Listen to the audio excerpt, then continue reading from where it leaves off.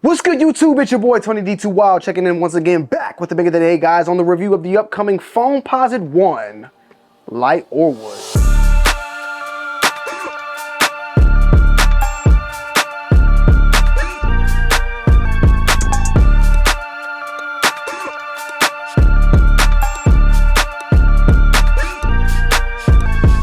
Today, guys, we had the Light Orewood Brown, and this is a Foamposite 1. Set to release on May 31st for a retail price point of $240. We recently did a got 'em early on this, and you know, the title made a little people mad. It made some people actually a little bit mad out there because, you know, some people are with the OGs and some people hate the new stuff. And don't get me wrong, I love the new colorways, like this one in particular. I actually do like this shoe. I just made the statement though that, you know, it reminded me a lot of the pearls, and the fact that we got something so close to the pearls without getting the pearls, and it's been almost 9 years, that's where I got a little bit like, damn, come on, Nike. But as far as the Light Orewood Brown goes, it's an actually nice colorway. I have no issue with it whatsoever. It's actually pretty clean, you know. And as much as it looks like a pearl, it is its own shoe in its own shape or form. The material is slightly different. It doesn't have that metallic or plastic foam shine. It's more of a matte, and the texture itself is slightly different. And it also has this faux aluminum outline featured on the actual carbon fiber that I actually like a lot as well. You also feature that on the other side, as well as the typical black and gray carbon fiber on the bottom. You also have what appears to be, you know, not necessarily a gum bottom, but that Light Orewood bottom that I also think goes very, very well with the shoe. Nike Air on the inside. When it comes to foams, some people tend to say that they run a little smaller than normal.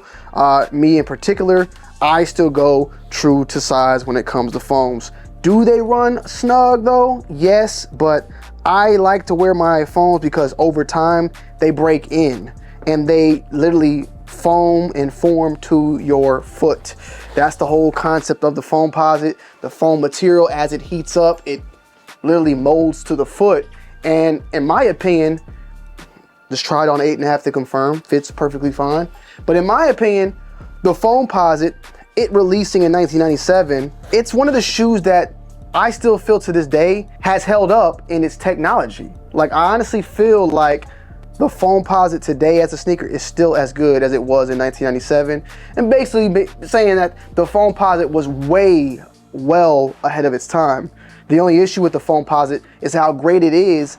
That's why the price is what it is. Foam material can be pretty expensive, hence why we are still paying, and the price point of the shoe is $240.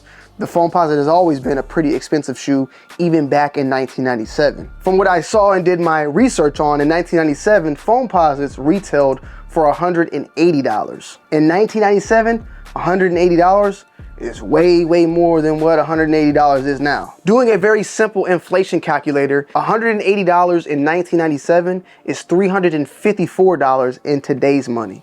So $240, what we're currently paying, hopefully Nike don't hear that, but there ain't no way in hell people are spending $350 on foams. Like, I'll just be honest. I'm not even doing that for Jordans. I'll review them, but I ain't copping them. With that being said, this shoe though, in my opinion, is very nice. It is slightly different also with the fact you have a flat lace system going on than your typical oval laces, rope laces that are featured on usually when it comes to the Foamposite. I like though the shoe, I like the color, I like the material, but for me it is a pass, just because I'm gonna be picking up Royals down the pipeline, and there's Galaxies that are rumored to, you know, be coming out next year. And foams are very expensive. I'm not gonna be, I know it sounds crazy, $240. I spend $180 on Jordans pretty much each and every other week, but I just don't have it right now to add this one into the collection, and I'm kind of good on this colorway, and I'd rather just wait until something like a pearl comes out. We also, I heard, is going to be getting a copper, I think later either this year or moving into next year. So we have a lot of Foamposites on the list, and I can pass on this one because I know there's just so much more to come. With that being said though, don't let me stop the show for you. If you like it, I love it. Go cop them. They'll be available. And right now, currently in the secondary market, they're going slightly below retail. So what that lets me know is that when they actually release on release day, they should be a fairly easy pickup to get your hands on. And if you got patience, you might be able to get it for maybe slightly below retail. At the same time, that price point that's kind of dropped, I've seen some going for around 190. That kind of puts you at that 230, 240 with the taxes and the shipping fees and all that included. So keep your eyes and ears peeled, and don't play too relaxed when it comes to these, because you never know. Like I stated before, I got my pair of the metallic reds for below retail. Then turn around, the eggplants that dropped, those sold out extremely fast. So it just really depends on the colorway of what is dropping when it comes to the foams, on whether or not the shoe's gonna do well. Those royals, they're gonna do very well. The coppers, I think they're gonna probably do well. I was really stunned when it came to the metallic red. So with that being said, just keep your eyes and ears peeled. On the inside, upper contains synthetic leather. You also got the Nike Air on the inside, on the heel right there. Comes in your typical all black Nike box, which are featured for majority of the time when it comes to foams. On the box, Air Foamposite 1, black / Orewood. You have 8.5 with a 10 on the bottom for the women's. So you have that unisex sizing. You have the Penny Cent logo, which is in light Orewood on the tongue as well, and the Penny Cent logo on the back. History on the Foamposite, originally released in 1997, supposed to be Scottie Pippen's shoe. I believe Scottie Pippen didn't want it. And I know I always say pimpin'. For some reason, I just want to say pimpin', right? But it's Pippen.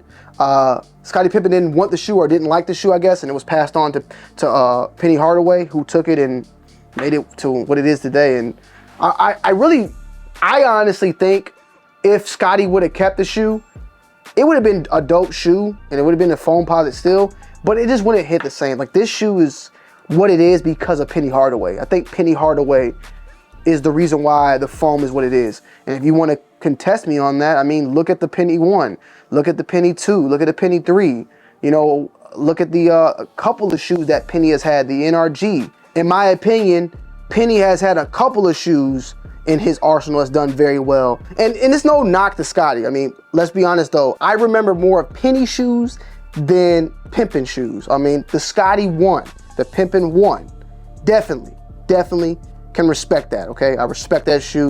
I'm all for it. I like that shoe a lot.